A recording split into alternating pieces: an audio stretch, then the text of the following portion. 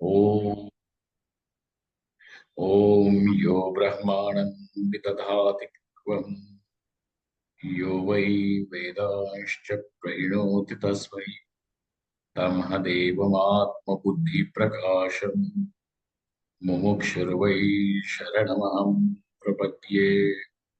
ॐ शान्ति शान्ति शान्ति। ॐ नमो ब्रह्मादिभ्यो ब्रह्म विद्या संप्रदाय कर्तृभ्यो वंशऋषिभ्यो महद्भ्यो नमो गुरुभ्यः। सर्वोपप्लवरहितः प्रज्ञानघनः प्रत्यगर्थो ब्रह्मैवाहमस्मि ब्रह्मैवाहमस्मि। वेदांतार्थ विभासकाय गुरवे शांताय सन्यासिने नानावादी नगेन्द्र संघपवये योगीन्द्र वन्द्याय च मोहध्वांत दिवाकराय भगवत्पादाभिधां बिभ्रते तस्मै भाष्यकृते नमोऽस्तु सततं पूर्णाय बोधात्मने। सर्वतंत्र स्वतंत्राय सदात्माद्वैतवेदिने श्रीमते शंकरार्याय वेदांत गुरवे नमः। योऽवतीर्ण इहाचार्य रूपेण यतीनामुदे श्रीमन्नारायणं वन्दे तं हरिं करुणानिधिं मननाख्यं प्रकरणं वासुदेव यतीश्वरै रचितं विस्तरेणाद्य संग्रहेण प्रकाश्यते। बालानां उपकाराय मम विज्ञानसिद्धये तत्र श्री बालगोपाल कृष्ण सन्निहितो भवेत्।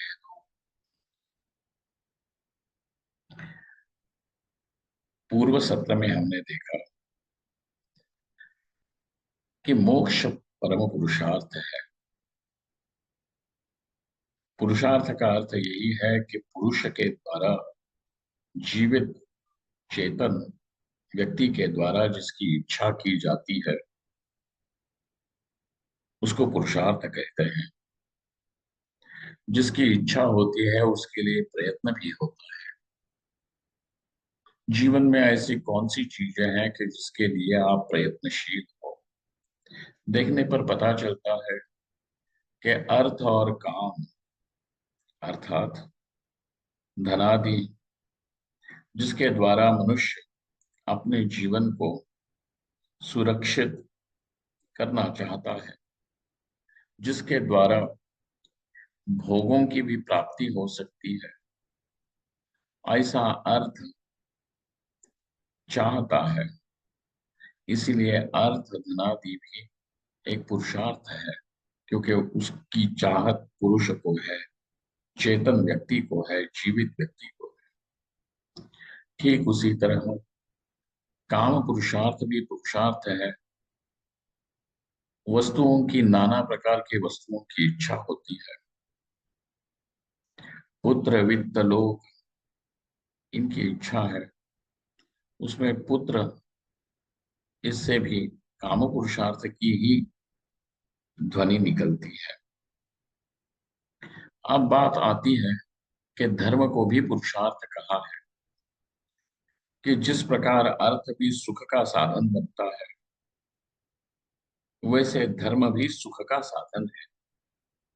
और सुख का साधन होने के कारण धर्म की भी इच्छा व्यक्ति करता है। अर्थात वास्तविकता तो मनुष्य की यह है कि मनुष्य सुख को ही चाहता है। वो धन से आता हो कि काम से आता हो कि धर्म से आता, ये तो बात की बात है, परंतु मूलतः मूलभूत रूप से मनुष्य सुख को ही चाहता है। और ऐसे सुख को चाहता है कि जिस सुख का कोई अंत न हो। ऐसे सुख को चाहता है कि जिस सुख में कोई व्यत्यय न हो। दुख की निवृत्ति भी चाहता है और इस प्रकार अपने जीवन से दुख को निकालना चाहता है कि दुख दोबारा मुड़ के अपना मुंह तक दिखाए, दुख की स्मृति याद तक ना आए, स्मृति भी न हो, याद तक न आए। इस प्रकार दुख की निवृत्ति हो, अर्थात दूसरे शब्दों में मनुष्य ऐसे सुख को चाहता है कि जिस सुख में कोई सीमा न हो, कोई बंधन न हो, असीम सुख की इच्छा करता है और दुख की आत्यंतिक निवृत्ति भी चाहता है। परम सुख की उपलब्धि और आत्यंतिक दुख की आत्यंतिक निवृत्ति, इन दोनों की चाह हर मनुष्य के हृदय में स्वभाव से ही है। ये किसी के द्वारा उसके हृदय में बीजार्पण नहीं किया गया है कि माता ने कहा, पिता ने कहा, तुम्हारे स्कूल के टीचर्स ने कहा अथवा तुम्हारे राजनेताओं ने कहा। ये बिल्कुल नहीं है। मूलतः मूलभूत रूप से मनुष्य ऐसे ही सुख को चाहता है और दुख की निवृत्ति भी चाहता है, परंतु सुख की खोज में वो ऐसे सुख को चाह रहा है कि जिस सुख में कोई अंत न हो, और दुख की निवृत्ति ऐसा चाहता है कि जिस निवृत्ति का भी अंत न हो। अतः समझ लेने जैसी बात यही है कि परम सुख और दुख की आत्यंतिक निवृत्ति को ही मोक्ष कहा है, और यही, चाहे वह मनुष्य आस्तिक हो के नास्तिक हो, स्त्री हो के पुरुष हो, बालक हो के युवा हो, प्रौढ़ हो अथवा अति प्रौढ़ हो, पंडित हो कि बिल्कुल मूर्ख हो, सबकी चाह तो उसी की है, और इसलिए मोक्ष भी पुरुषार्थ है। चार्वाकों के सिवा बाकी सारे दार्शनिकों ने मोक्ष की यही परिभाषा स्वीकार की है। दुख की आत्यंतिक निवृत्ति और परम सुख की उपलब्धि को ही उन्होंने मोक्ष कहा है। चार्वाकों ने कहा कि मोक्ष किसे कहे, तो कहते हैं कि जब देह का नाश हो जाता है, मृत्यु को ही उन्होंने मोक्ष कहा। इसीलिए आप भी समाज में ऐसे लोगों के सामने कभी आए होंगे कि जिन्होंने यही कहते होंगे कि कौन जाने कुछ ईश्वर है कि नहीं है, स्वर्ग है कि नहीं है, जन्म पुनर्जन्म है कि नहीं है। भाई जब तक कि तुम जीते हो, यही यहीं पे है स्वर्ग और यहीं पे है नरक, यही है सब कुछ। और मृत्यु के बाद तो राख होकर के केवल उड़ ही जाना है और कुछ बचता नहीं। ये जो कहने वाला व्यक्ति है, ये चार्वाकों की बात को ही आगे कर रहा है। और ठीक इसी कारण से चार्वाकों को चार्वाक कहा। चार्वाक का अर्थ है चारुवाक, जिसकी वाणी बड़ी मधुर हो, चारु हो, सुंदर हो, लुभावनी होती हो, उसको कहते हैं चार्वाक। चार्वाकों के इन सिद्धांतों के कारण ही वह व्यक्ति, उसकी वाणी बड़ी चातुर्यपूर्ण लगती है, प्रैक्टिकल लगती है, व्यावहारिक स्तर पर वह लगती है उत्तीर्ण होगी। इसीलिए चार्वाकों ने ही केवल मृत्यु को मोक्ष कहा। फिर चाहे वो जैन हो, चाहे वो बौद्ध हो, चाहे वह आस्तिक दर्शनकारों में से मीमांसक हो, सांख्य हो, योगी हो, वैशेषिक हो अथवा नैयायिक हो, सब दर्शनकारों ने एक मुखेन मोक्ष की ये परिभाषा स्वीकार की, और मोक्ष को पुरुषार्थ रूप से भी स्वीकार किया है, क्योंकि वह तो स्वाभाविक है। मनुष्य की सुख के लिए होने वाली खोज स्वाभाविक है, दुख निवृत्ति के लिए होने वाला प्रयत्न स्वाभाविक है। वो किसी के द्वारा सिखाया गया नहीं। जैसे कहते हैं वो कृष्णमूर्ति जी कि ये तो तुम्हारा सोशल कंडीशनिंग है। ये सोशल कंडीशनिंग नहीं, ये तो तुम स्वभाव से ही लेके आए हो। बस हमने उसको एक नामकरण कर दिया कि तुम मोक्ष को खोज रहे हो। तो उनका कहना यह है कि मनुष्य की इस प्रकार की जो खोज, ये भी एक सोशल कंडीशनिंग है, एक सामाजिक पिंजड़े में, विचार सरणी के पिंजड़े में बंद व्यक्ति है, ये उनका कहना है, परंतु ये उचित नहीं है। मोक्ष के लिए तो सर्वथा मनुष्य प्रयत्नशील है। बस जानते नहीं हो कि आप मोक्ष को चाहते हो, हमने शब्दावली दे दी कि तुम्हारी चाह मोक्ष की। अब इस मोक्ष की सिद्धि कैसे होगी? क्योंकि पुरुषार्थ है, तुम चाह रहे हो तो इसकी सिद्धि भी तो होनी चाहिए। सिद्धि का अर्थ है अकम्प्लिशमेंट। उसको हासिल कैसे किया जाए, प्राप्त कैसे किया जाए? तो यहाँ पे वेदांत का सिद्धांत यही है कि मोक्ष को तुम प्राप्त करते हो जब आत्मा को ब्रह्म अनंत जानते हो तब। आत्मा को ब्रह्म जानना, अनंत जानना, पूर्ण जानना, खुद को, आत्मा को अर्थात खुद को पूर्ण जानना, यही एकमेव पद्धति है जिस पद्धति से तुम मोक्ष को प्राप्त कर सकते हो। बाकी दर्शनकारों ने अपने अपने विचारों के द्वारा मोक्ष प्राप्ति का उपाय बताया, क्योंकि उन्होंने मोक्ष की मूलभूत परिभाषा तो स्वीकार कर ली, परंतु अपने अपने सिद्धांतों के अनुसार मोक्ष को भी बता दिया। किसी ने कहा कि तुम इतने हल्के हो जाओ, उड़ते उड़ते एक सिद्ध शिला पर जाकर के वहां पे सारे सिद्ध, सारे मुक्त कैवल्य अवस्था को प्राप्त सारे उस एक सिद्ध शिला पे बैठे हुए हैं, उन्हीं के साथ बैठ जाना, यही है कैवल्य। जैनों की परिभाषा सिद्ध शिला की प्राप्ति कर देता। बौद्धों ने कहा कि निर्वाण हो जाता है, मन बुद्धि इत्यादि ये सारा बिखर जाता है, जो क्या त्यों, और सारा शून्य हो जाना, यही निर्वाण है।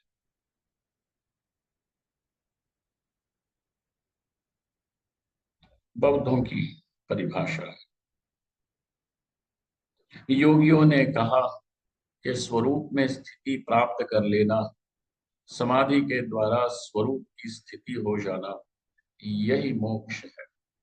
सांख्यों ने कहा स्वरूप स्थिति तो है ही, परंतु उस स्वरूप स्थिति के लिए तुम्हें विवेक चाहिए, इतना प्रबल विवेक हो जाए कि तुम अपने स्वरूप में बैठ जाओ। ये सांख्यों की परिभाषा। परंतु इन सारी परिभाषाओं में एक बात निश्चित रह गई कि भाई आप किस प्रमाण के द्वारा ये सारी परिभाषाएं बनाते हो। निर्मूल होने के कारण ये परिभाषाएं सारी गलित हो जाती है, गल जाती है। वेदांत शब्द प्रमाण को स्वीकार करके चलता है और कहता है कि इस आत्मा का वास्तविक स्वरूप अनंत है, शांत नहीं, अनंत है।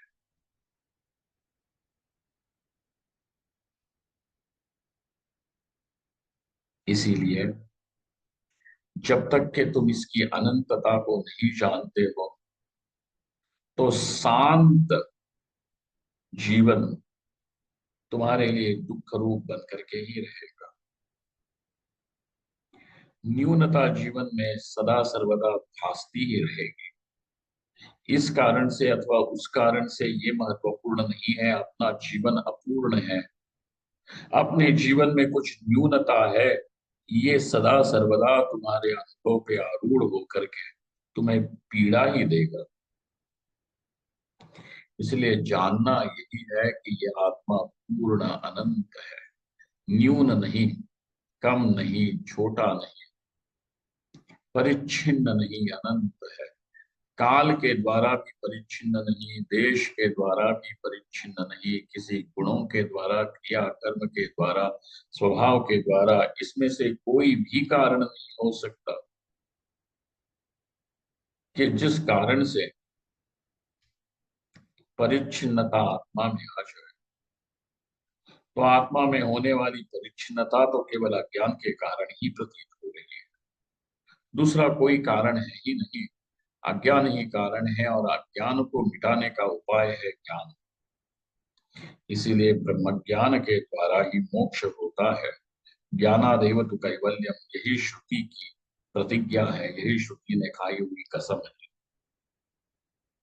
तमेव विदित्वा अतिमृत्युमेति नान्यः पन्था विद्यते नार्य, ब्रह्मविदाप्नोति परम इत्यादि ये सारे वाक्य जो हैं वो श्रुति अपनी प्रतिज्ञा को अनेकों शब्दों में कह रही है कि ब्रह्म ज्ञान के द्वारा ही मोक्ष की सिद्धि होती है। उस ब्रह्म को किस प्रकार से जाना जाए, तो इस ग्रंथ के लेखक ने कहा अध्यारोप अपवाद के द्वारा ब्रह्म ज्ञान प्राप्त होता है।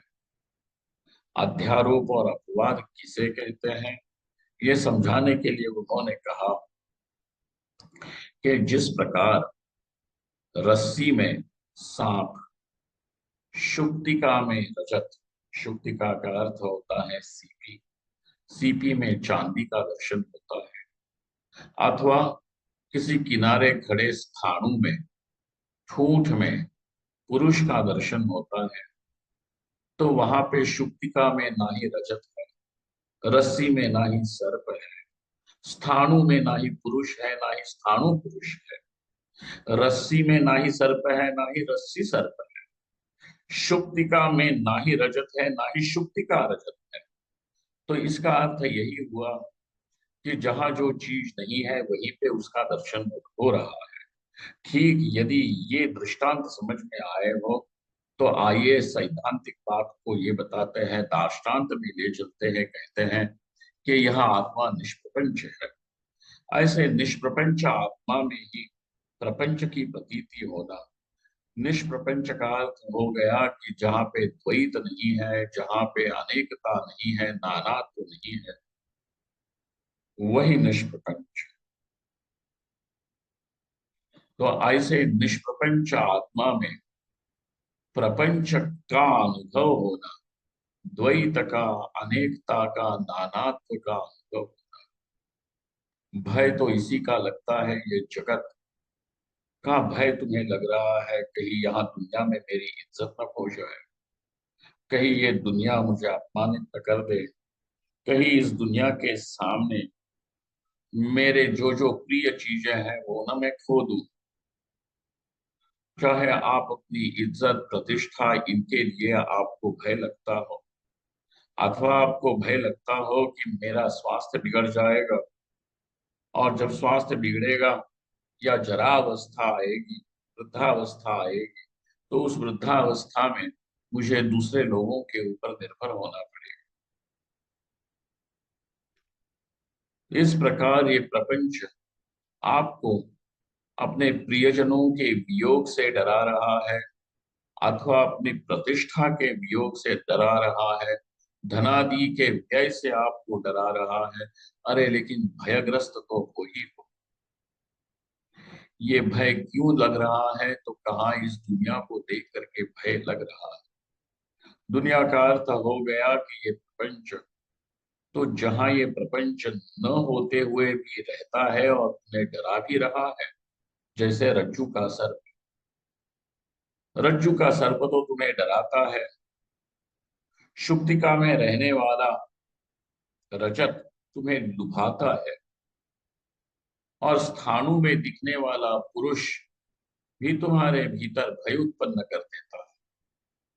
वैसे ही ये प्रपंच कहीं पे भय उत्पन्न करता है तो कहीं लोभ उत्पन्न करता है, लेकिन ये प्रपंच है ही नहीं, और फिर भी ये अपने भय लोभादि सब कर रहा है। और प्रपंच है कहाँ, ये प्रश्न करने पर आपको ये उत्तर मिलता है। क्या आप कहोगे ये प्रपंच मेरे सामने है? अरे नहीं, ये प्रपंच जिसमें है उसी जहां दिख रहा है वहां है ही नहीं। निष्प्रपंच आत्म वस्तु प्रपंचारोप, इस प्रपंच का जो अधिष्ठान है उसी अधिष्ठान में ये प्रपंच प्रतीत तो हो रहा है, अनुभव में तो आ रहा है, परंतु है नहीं। ऐसे निष्प्रपंच आत्म वस्तु में जो प्रपंच आरोप दिख रहा है, उसी को कहते हैं अध्यारोप। दिखना, यही अध्यारोप। तो कहते हैं ये अध्यारोप भी क्यों हो रहा है, ये प्रतीति भी क्यों हो रही है। इसका कारण यह है कि यदि दृष्टांत को थोड़े गौर से देखोगे तो बात समझ में आएगी। अयमेव अध्यारोपः वस्तु अज्ञानात्। तुम नहीं जानते हो कि ये शुक्ति का है, तुम नहीं जानते हो कि ये रज्जु है, क्या कहते हैं, रस्सी है। तुम नहीं जानते हो कि ये खूंट है, सूखे पेड़ का एक ठूंठ है, ये नहीं जानते हो। इसीलिए अज्ञान है, और उस अज्ञान के कारण ही कहीं पे तुम्हें रजत की प्रतीति हो रही है, तो कहीं सर्प की प्रतीति हो रही है, तो कहीं पे तुम्हें पुरुष की प्रतीति हो रही है। अब रजत को देख करके तुम लालायित होते हो, सर्प को और पुरुष को देख करके भयग्रस्त होते हो। ये तो बिल्कुल होना ही है, किंतु हो क्यों रहा है, इसका कारण यही है कि वस्तु का ज्ञान, शुक्तिका को नहीं जाना इसीलिए, रज्जु को नहीं जाना इसीलिए, स्थाणु को नहीं जाना इसीलिए, और यही अज्ञान अब फैलता है। वही अज्ञान, उसी अज्ञान के ये तीन भेद हो जाते हैं, अविद्या, माया और तामसी। ये तीन भेद है। ये अज्ञान के तीन भेद क्यों हुए, क्योंकि ये अज्ञान ही त्रिगुणात्मक होने के कारण सत्वगुण की प्रधानता से इस अज्ञान को कहा। जहां सत्वगुण की प्रधानता रहती है वहां अज्ञान को कहा ये माया है। जहां तमोगुण की प्रधानता रही वहां पे कहा ये तामसी है, और जहां रजोगुण की प्रधानता है वहां पे कहा ये अविद्या है। अज्ञान के ही ये तीन नाम है। और बात, और एक बात समझ लीजिए कि यह अज्ञान भी आत्मा में ही रहता है। आत्मा के सिवा इस अज्ञान को रहने के लिए अपनी सत्ता का कोई कोई कोई ठिकाना नहीं। इसीलिए यह अज्ञान के कारण अध्यारोप होता है, परंतु यह अज्ञान स्वयं भी अध्यारोपित है, ये न भूलना। अज्ञान के कारण अध्यारोप तो है, परंतु यह अज्ञान स्वयं भी अध्यारोप रूप ही है। इस बात को समझ लीजिए। अब ये प्रपंच के लिए पर्याप्त है। बस अब ये प्रपंच की प्रतीति हो रही है, कहीं पे कारण रूप से, तो कहीं सूक्ष्म रूप से, तो कहीं पे स्थूल रूप से ये प्रपंच प्रतीत होता है कुछ नहीं, अज्ञान का फैलाव मात्र। जिसको तुम प्रपंच कहते हो वो कुछ नहीं, यह ज्ञान अज्ञान अज्ञान। देखो तो सही, आदि से अंत में यह अज्ञान ही है, तो बीच में अज्ञान नहीं तो और क्या है। पहले तुम्हारे सामने कोई बूंद रख दी, कोई द्रव द्रव है, और ऐसा द्रव है कि जो पारदर्शी, उस द्रव को तुमने देखा और तुमने कहा, तुमसे पूछा जाए ये क्या है, तुम्हारा उत्तर होता है मैं नहीं जानता, अर्थात अज्ञान। थोड़ी सी उस द्रव की छानबीन की, फिर तुमने कहा ये जल है। तुमसे प्रश्न किया जल मतलब क्या होता है, तुम कहोगे मैं नहीं जानता। और थोड़ी छानबीन की तब कहा दो अणु, हाइड्रोजन के और एक अणु ऑक्सीजन का, ये जब एक कॉम्बिनेशन होता है, समाहार होता है, तो उसी को कहते हैं जल। अब प्रश्न किया कि अणु का अर्थ क्या है। तुम फिर से जवाब दोगे मैं नहीं जानता। जितनी खोज करते जाओ करते जाओ करते जाओ, आखिरी उत्तर तुम्हारा यही होता है मैं नहीं जानता। शुरुआत की थी अज्ञान से और आखिर में आ गए अज्ञान में। फैलाव तो सारा अज्ञान का ही। लगता है ये दो अज्ञान और अज्ञानों के बीच में ज्ञान। बिल्कुल नहीं, अज्ञान का ही फैलाव है। इसीलिए ये प्रपंच और कुछ नहीं, चाहे वह स्थूल रूप में हो, चाहे सूक्ष्म रूप में हो, चाहे वह प्रपंच कारण रूप से हो, है कुछ नहीं, ये अज्ञान है। और अज्ञान अध्यारोपित होने के कारण इस अज्ञान को भी अपनी कोई सत्ता नहीं, बस प्रतीति मात्र ही है और कुछ नहीं। और कुछ नहीं, और इन्हीं प्रतीतियों को लेकर के तुम अपने सुख दुखों की बातें करते रहते हो, इसमें उलझे हुए। यदि इससे निकलना हो तो जो सत्य है, आत्मा है, उसका दर्शन कर लो और मुक्त हो जाओ। यही एकमेव उपाय है इस संसार से, इस प्रपंच से की उपरति का, कि तुम इस परमेश्वर का दर्शन करो। अब कहा कि यही अज्ञान जो तीन रूपों में बटा हुआ है, सत्वगुण की उपाधि से इसी आत्मा का नाम ईश्वर हो गया, और अविद्या की उपाधि से इसी आत्मा का नाम जीव हो गया,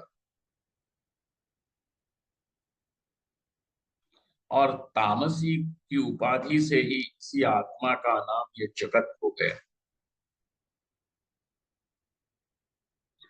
तीन उपाधियां हैं, आत्मा तो एक है, लेकिन उपाधियों के कारण यह आत्मा भी तीन प्रकार से प्रतीत हो रहा है, जीव, जगत और ईश्वर। अब जीव, जगत और ईश्वर की प्रतीति में खो गए हो, डर गए हो, पता नहीं कि क्या हो रहा है। जगत में रहने वाली चीजों को लेकर के इतनी उलझने और इतने उलझ गए हैं कि तुम जीव अपने स्वरूप को नहीं जानते, ना ही ईश्वर को जानते। इसलिए उपनिषदों ने एक उपमा दे दी। कहा कि दो पक्षी हैं, एक वृक्ष पे बैठे हुए हैं। दोनों पक्षी सुंदर हैं, समान ही है, और एक दूसरे के इतने घने मित्र हैं कि एक दूसरे के सिवा एक दूसरे को छोड़ के रह ही नहीं सकते। इतनी इनकी घनिष्ठता है, घनी घनी मैत्री है, ठोस है।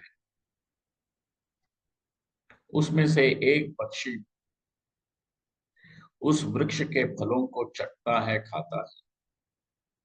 कोई फल मधुर लगता है तो कोई फल कड़वा लगता है। मधुर लगता है तो ये पक्षी उल्लसित हो जाता है, और जब कोई फल कड़वा लगता है, खट्टा लगता है, तो मायूस हो जाता है, दुखी हो जाता है। और यही उसकी कथा है। कड़वा और खट्टा, मीठा और खट्टा खाते खाते वो अपनी कथा एक चलती ही रहती है, चाहे मनुष्य रूप में हो, चाहे और किसी रूप में हो। वही जीव सुख दुखों का अनुभव करता है। स एव जीवः सुख दुख भोक्ता। कैवल्य उपनिषद की श्रुति कहती है कि वही जीव सुख दुख का भोक्ता होता है। और बड़ी विचित्र गति है, तुम कहते हो कि मुझे सुख का ही अनुभव हो, दुख का न हो। तो बात सत्य यह है कि यदि तुम केवल बाहरी विषयों का सुख चाहते हो तो तुम्हें दुख भी भोगना ही पड़ेगा। लेकिन यदि तुमको ये समझ में आया है कि तुम्हारा सुख सेब, संतरा, अंगूर किसी व्यक्ति के अधीन नहीं है, सुख नाम तो परमात्मा का है, तब तो तुम्हारा सुख सुरक्षित हो जाएगा। नहीं तो तुम्हारा सुख इतना क्षणभंगुर होगा कि किसी व्यक्ति के द्वारा तिरस्कृत होने पर दुख होगा, अपने मन के हिसाब से बात न होने पर दुख होगा, शरीर की अवस्था खराब होने पर दुख होगा। और ये सारी चीजें तो होनी ही है, शरीर की अवस्था खराब होनी ही है, किसी न किसी के द्वारा तिरस्कार तो होना ही।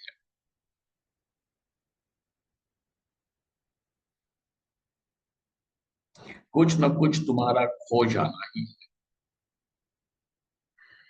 तुम्हारा सुख इस सब में सड़ जाता है, नष्ट हो जाता है, ध्वस्त हो जाता है। इसका कारण यही है कि यही जीव मधुर और खट्टे फलों को खाते खाते अब थक जाता है। जब थक जाता है तब वह अपने घनिष्ठ मित्र की ओर देखता है। वह घनिष्ठ मित्र ना ही कोई फल खा रहा है, ना ही हाँ, मधुर, ना ही खट्टे फल खा रहा है।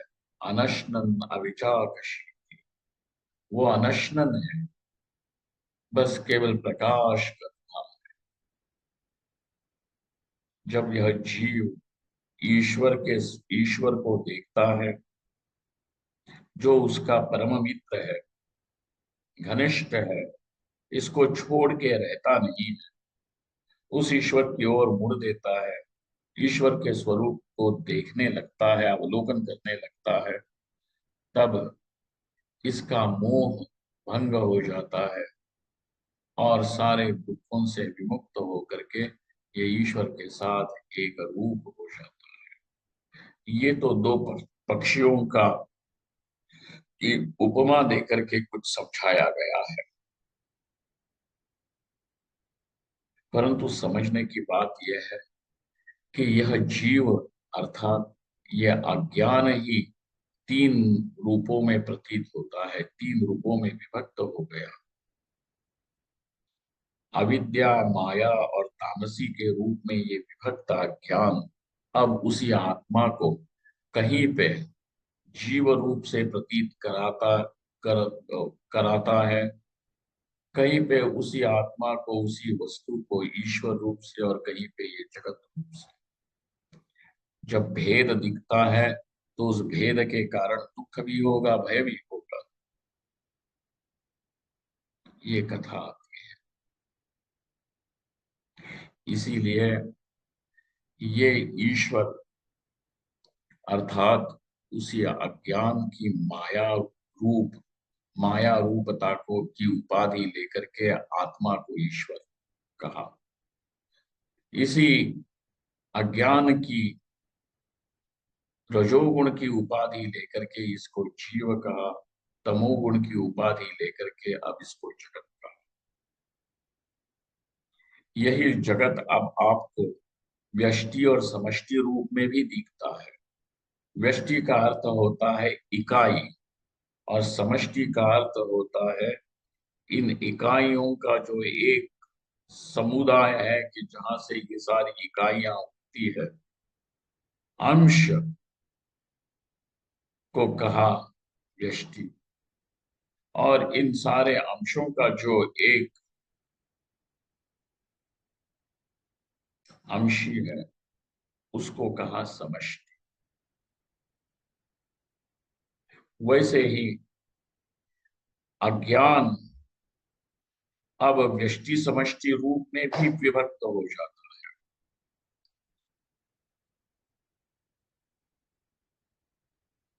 वास्तविकता तो यह है कि आत्मा एक होते हुए भी अब यह अनेकता की प्रतीति हो रही है। कैसी हो रही है? तो इस अध्यारोप के कारण। अब इस प्रतीति से हम कैसे निकले? तो कहते हैं ब्रह्म को जान के, इस आत्मा को ये जान के निकलोगे। कैसे जाना जाए? तो अध्यारोपवाद की प्रक्रिया से। अभी तक जितना बताया ये अध्यारोप है। और अपवाद कहते हैं अध्यारोप का निकल जाना, अध्यारोप को का निर्मूलन करने का नाम होता है अपवाद।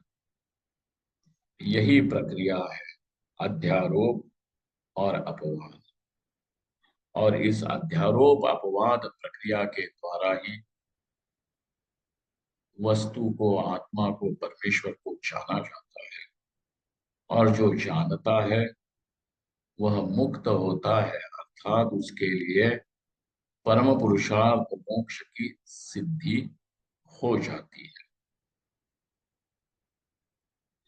अब इसी बात को ये बता रहे हैं। पिछले सत्र में हमने देखा कि कारण शरीर, सूक्ष्म शरीर, सूक्ष्म प्रपंच और स्थूल प्रपंच की उत्पत्ति देखी। अब आगे चल करके बोलते हैं 8वें पृष्ठ पर है दक्षिणामूर्ति का जो प्रकाशन है, उसके 8वें पृष्ठ पर इदम कारण शरीरम सूक्ष्म शरीरम स्थूल शरीर प्रत्येकम व्यष्टि समष्टि भेदेन द्विविधम। कारण शरीर भी दो दो हो गया। दो मतलब एक समष्टि और उस समष्टि में रहने वाला एक छोटा सा अंश व्यष्टि।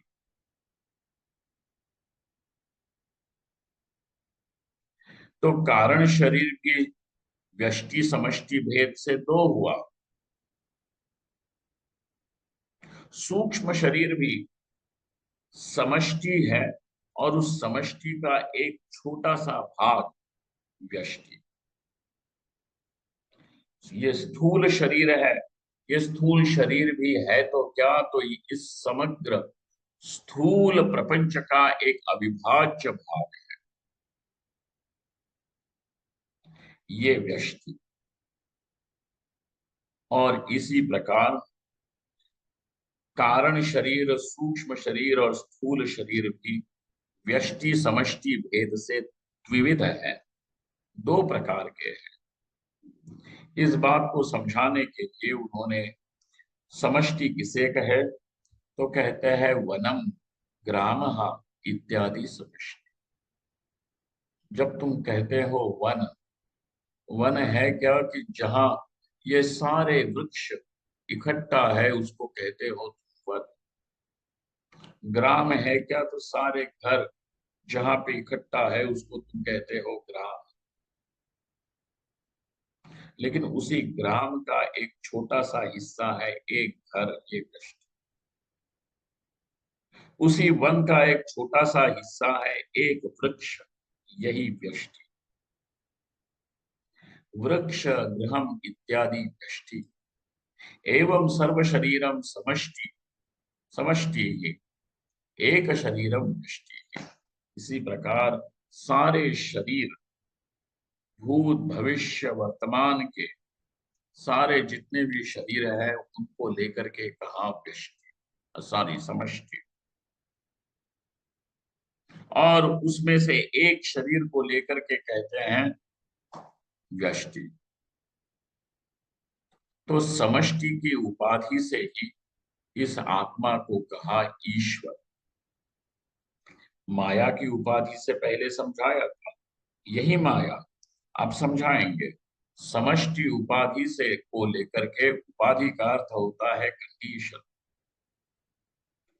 What is the condition because of which this Atma is called as Ishwar or Jiva or Jagat? So the condition which makes you call this Atma as Jiva is avidya. The condition because of which this Atma is called as Ishvara is Maya. The condition because of which this Atma is called as Jagat is Tapasi. है तो ये आत्मा। तो जिन लोगों को लग रहा है आत्मा नाम की कोई चिड़िया होती है, जरा सोचो तो सही।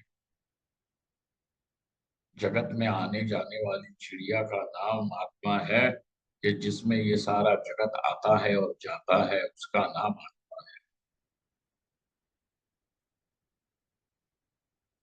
अरे जानो तो सही कि अपनी वास्तविकता क्या है। समष्टि उपाधि कहा ईश्वर, व्यष्टि उपाधि को जीव, तत्रापि कारण समष्टिया ईश्वर। अब उसमें भी और बारीकाई से आपको बता रहे हैं। कहते हैं कि जब कारण समष्टि होती है, उस कारण समष्टि के उपाधि से ही इस आत्मा का नाम ईश्वर होता है, और कारण व्यष्टि की उपाधि से ही इस आत्मा को जीव कहते हैं। ध्यान दीजिए, ये सारी बातें बड़ी तांत्रिक है, इस शास्त्र के लिए बहुत आवश्यक। अब कहते हैं ये सूक्ष्म समष्टि है। सूक्ष्म समष्टि की उपाधि से ही इस आत्मा का नाम कहते हैं हिरण्यगर्भ, और सूक्ष्म व्यष्टि की उपाधि से ही इसी आत्मा का नाम होता है तेजस।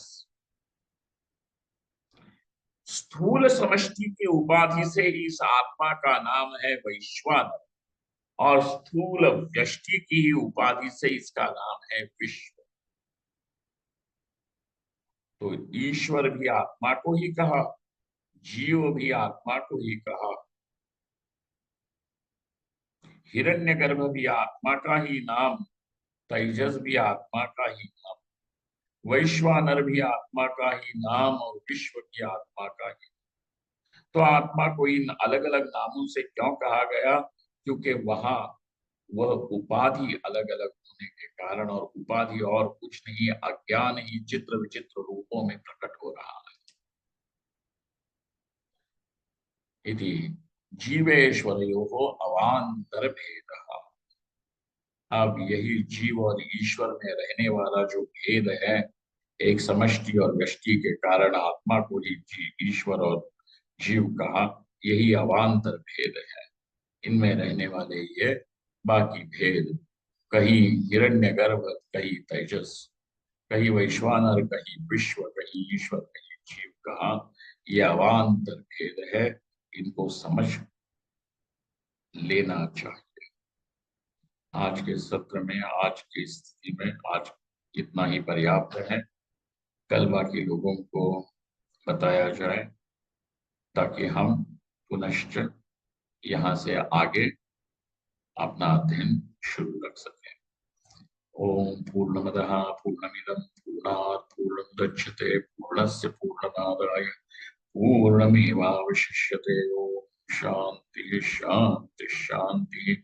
शंकरं शंकराचार्य केशवं बादरायणं सूत्रभाष्यकृतौ वन्दे भगवन्तौ पुनः पुनः। ईश्वरो गुरुरात्मेति मूर्तिभेद विभागिने व्योमवद्व्याप्तदेहाय दक्षिणामूर्तये नमः। ओम ओम महादेव महादेव।